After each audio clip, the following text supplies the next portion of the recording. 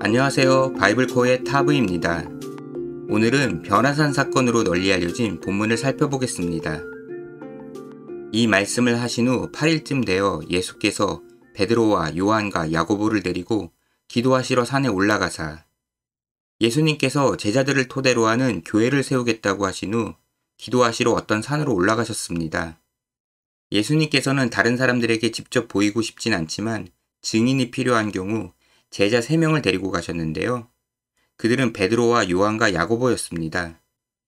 그런데 왜 굳이 이 3명일까 궁금합니다.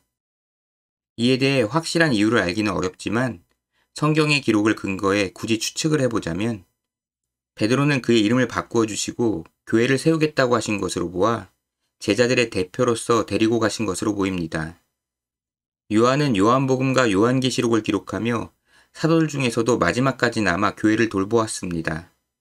그 역할을 맡기시려고 모든 사건을 경험하도록 하신 것으로 보입니다.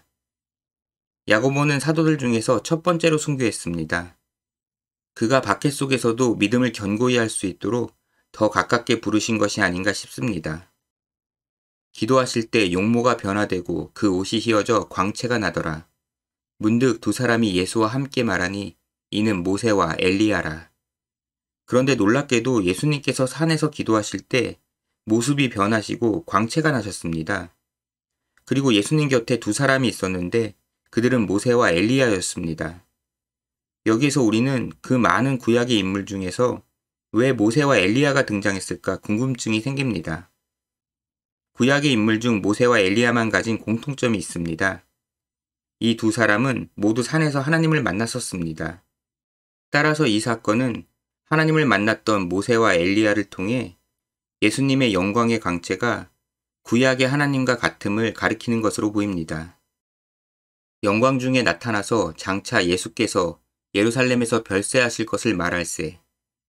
예수님과 모세, 엘리야는 예수님의 죽음에 대해 이야기했는데요.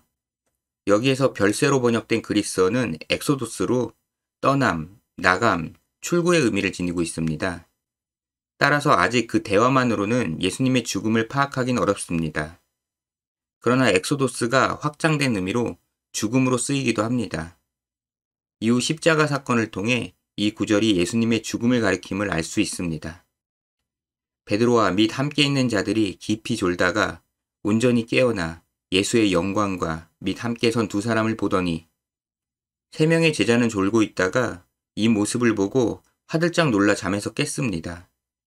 예수님은 영광으로 빛나고 있었고 그 옆에 다른 두 사람이 보였습니다. 이 사건의 초점은 모세와 엘리야가 아닙니다. 두 사람이 아련한 영광을 바라는 예수님이 초점입니다. 두 사람이 떠날 때 베드로가 예수께 여짜오되 주여 우리가 여기 있는 것이 좋사오니.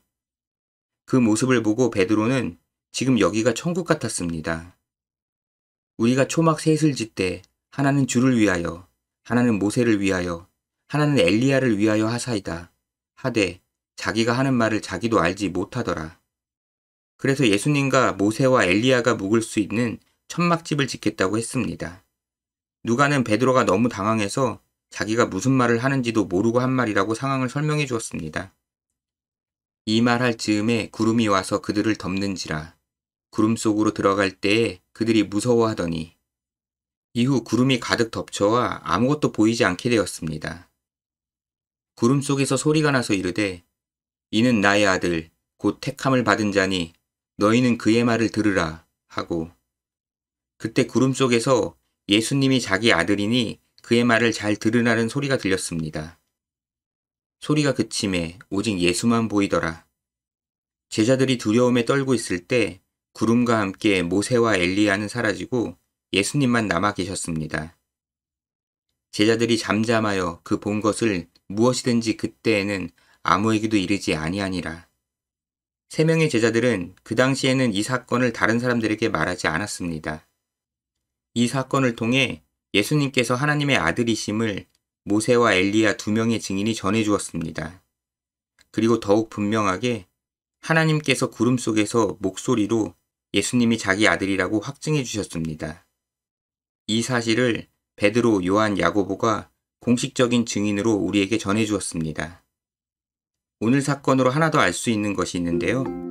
예수님의 영광이 구약의 하나님의 영광과 같다는 것입니다. 이는 과거 하나님을 아련했던 모세와 엘리야가 동일하게 예수님을 아련한 것이 그런 의미를 지니고 있습니다.